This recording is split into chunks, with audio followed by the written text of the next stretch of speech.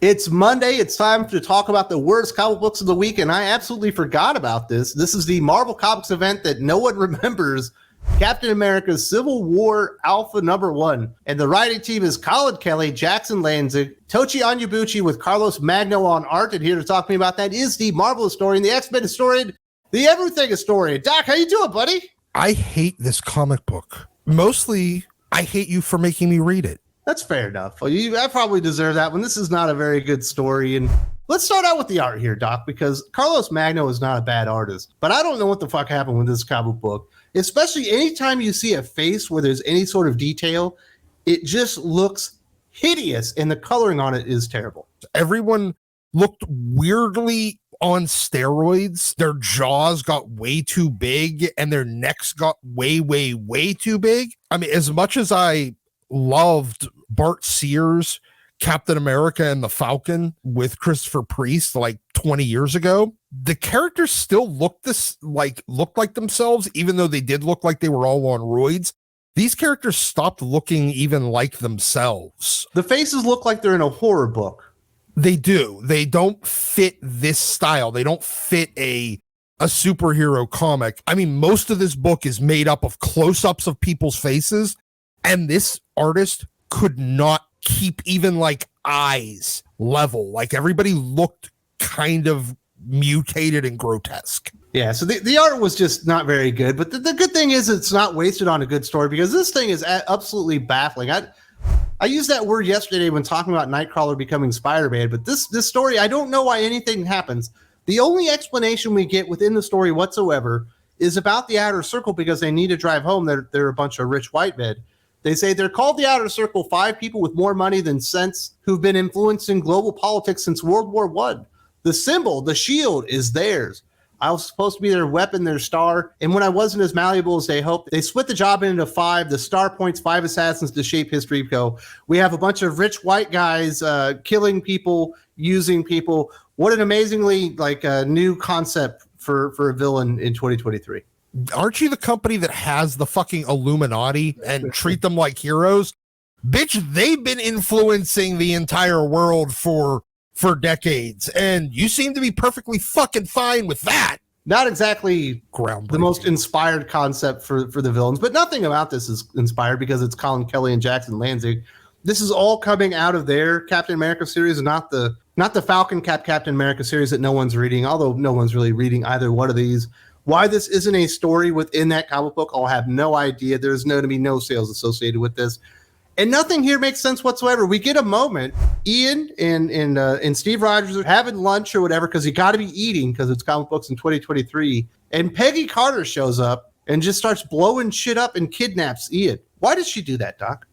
Fuck if I know. There's no clue as to why this is happening, except for suddenly Steve knows that there's an attack coming because there's no one at the griddle in the kitchen and the waitress left. He knows suddenly there's going to be an attack. And then Peggy Carter is one of the star points. Yeah. She's been influenced like Bucky Barnes and been used as an assassin for 100 years, yet no one remembers it. Wasn't Peggy like an old lady and kind of dead?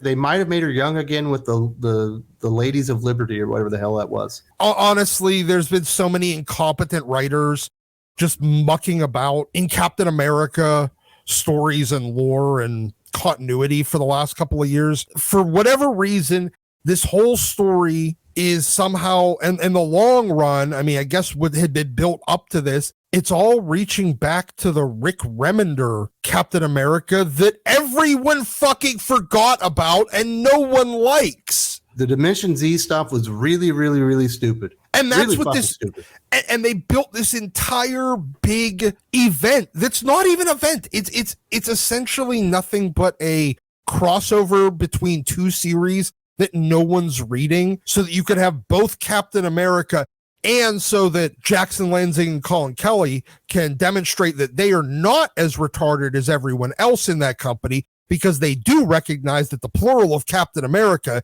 is not Captain America's, it's Captain's America. Marvel. You're for easily fucking this up. impressed, Doc. I've yelled at Marvel a number of times for this exact bullshit, and somebody finally figured it out. And then we get to see the White Wolf drink some green goo from Ian because apparently he's had code stored in his DNA that allows the White Wolf to take over Dimension Z for reasons, Doc. I don't know why this happened either. No, there's no reason and there's no explanation for why the green goo that they extracted from Ian. Why would he have green goo inside of it? Is it an infection? I'm assuming waste. What the fuck is it? It's snot. They basically it's codes. That's what they said. It was codes. Yeah, They're drinking your codes. Yeah, it is. It's snot, and when you do it, you get to take over a fictional parallel dimension that nobody gives a shit about, that everyone was happy to forget that it ever was created, and you morons decided to bring back. Speaking of stuff no one gives a shit about, White Wolf.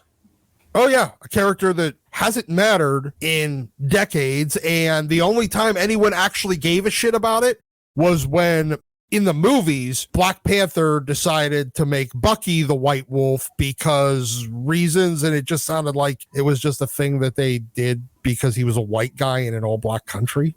Listen, speaking of Bucky, he's not the White Wolf here, and he's not Bucky Barnes, and he's certainly not the Winter Soldier. He's the New Revolution, Doc, and he's got a man bun. And now his arm just does all kinds of weird stuff. It's a literal Deus Ex Machina attached to his arm that can just do whatever he wants now. Look, he's not Cable. His arm is made out of a techno-organic virus. Bucky's, it's fucking robot parts with armor wrapped around it. That's what it is. It's a robot arm. It is not AI. It is not anything fancy. I mean, it can't do shit like that. I mean, you try to make him fucking C-3PO or some shit. Oh, no, he's R2-D2. This is stupid, and it's not Bucky.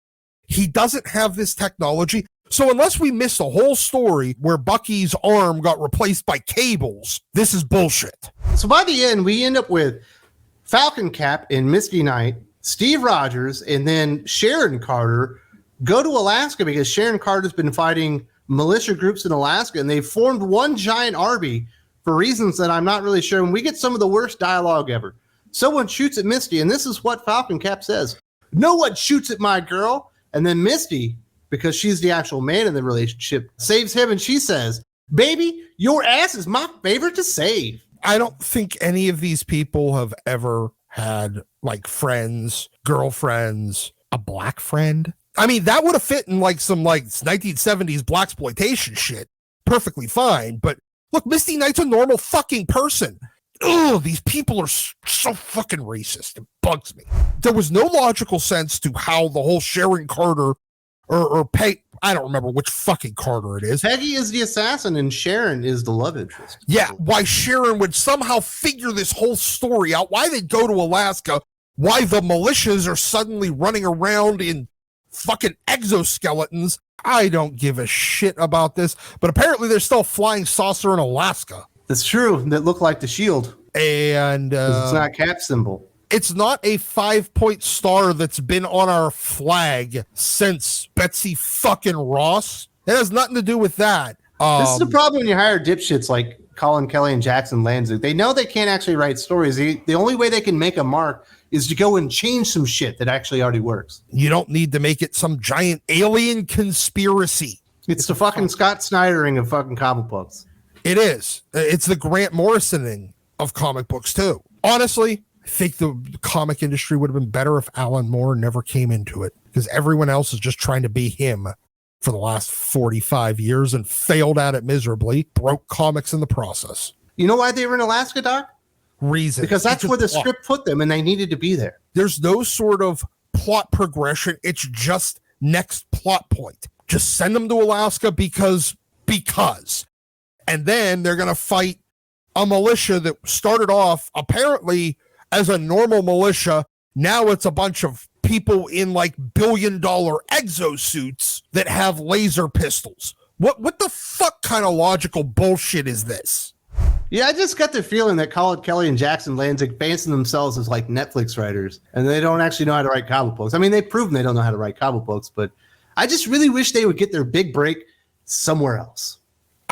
Honestly, I think they fancy themselves writers, and the problem is they're not even that. They're not writers. They're just buffoons that happen to hold pencils and type on keyboards. Yeah, so this thing was absolutely embarrassing. I do not recommend reading any of the Captain America series. I certainly don't recommend reading Captain America Civil War Alpha, one of the dumbest names for a comic book in the history of the world. Comic book titles are getting dumber and dumber, Doc. I've noticed that as well.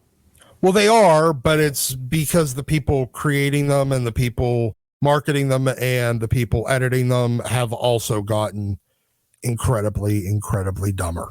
While Captain America might not be my favorite Marvel character in the history of the world, I certainly do have a soft spot for him, and I feel bad for Captain America fans like myself, like you out there. We haven't gotten a real version of Captain America really since Ed Brubaker left the series. We've been searching for Captain America for some time. I just broke down and I had to talk about it and get it all off my chest. Last July 4th, if you haven't seen this one, definitely check it out now. There's also a link in the video description.